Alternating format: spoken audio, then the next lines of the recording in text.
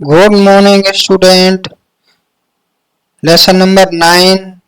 आज आप सीखेंगे कंस्ट्रक्शन लोन कैसे होता है, कैसे वर्क करता है और कैसे इस कंस्ट्रक्शन लोन को आपको प्लानिंग के अनुसार करना है और बनाएं अपना शानदार करियर सेल्स ट्रेनिंग प्रोग्राम में, जिसमें आपको मिलता है बैंकिंग एंड फाइनेंस करियर में ग्रोथ। तो आज ही ज्वाइन करें, कोई क्लास को मिस ना करें, क्योंकि यह जॉब ओरिएंटेड कोर्स है। हर लेसन में आपको प्रैक्टिकल ट्रेनिंग दी जाती है, थ्योरी से संबंधित कुछ नहीं होता है।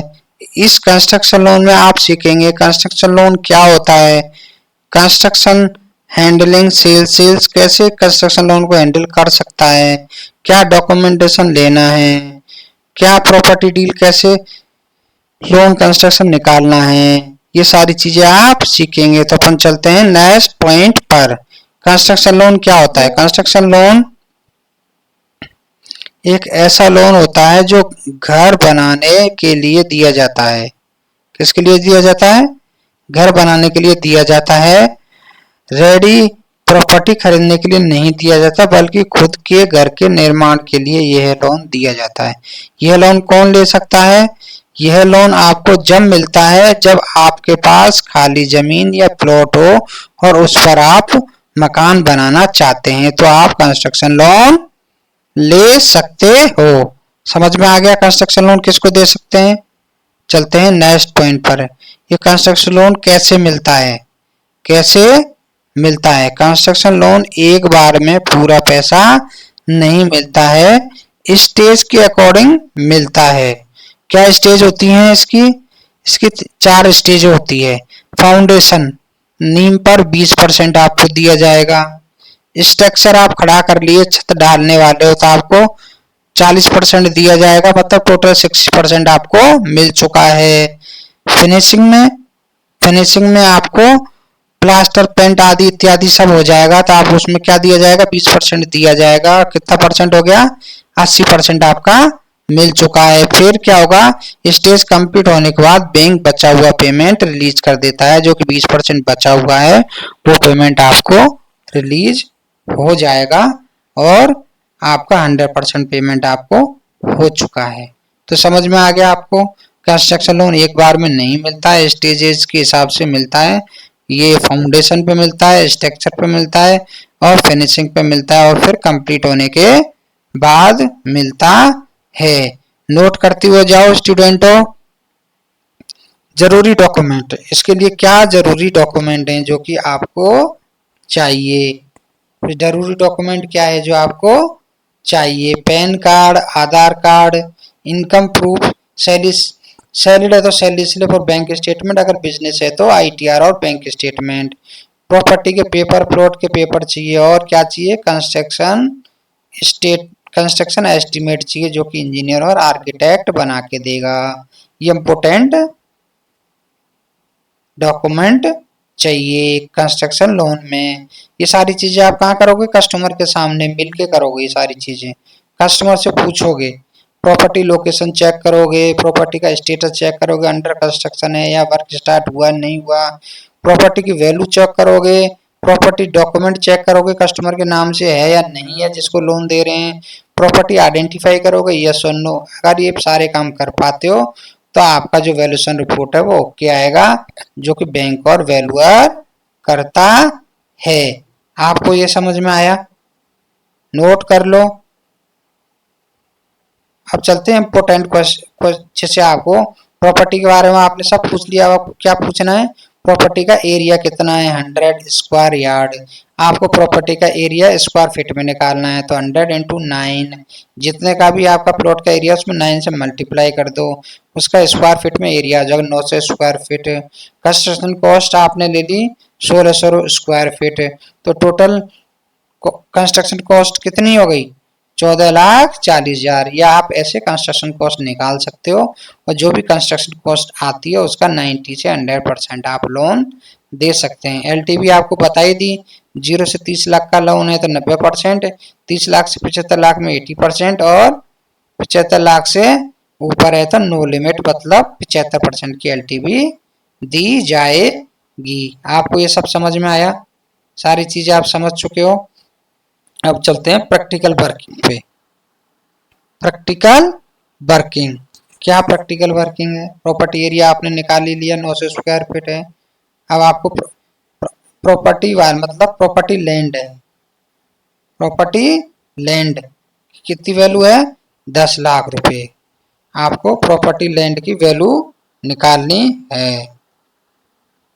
10 लाख रुपए वैल्यू हो गई और कंस्ट्रक्शन कॉस्ट आपने निकाली 14 लाख रुपए, तो टोटल वैल्यू कितनी हो गई? 24 लैक्स। तो आप एलटीवी के हिसाब से कितना लोन दे सकते हो? 21 लाख रुपए का एज पर एलटीवी। और एज पर कंस्ट्रक्शन एस्टिमेट के हिसाब से आप कितना लोन दे सकते हो? 14 लाख। तो will be give loan amount which ever low, इनमें से जो भी लो है वो आप लोन अमाउंट कस्टमर को दे सकते हैं। आपको प्रैक्टिकल चीजें समझ में आ गई, प्रैक्टिकल नॉलेज आपने करके देख ली, समझ में आ रहा है ना? नोट कर लीजिए।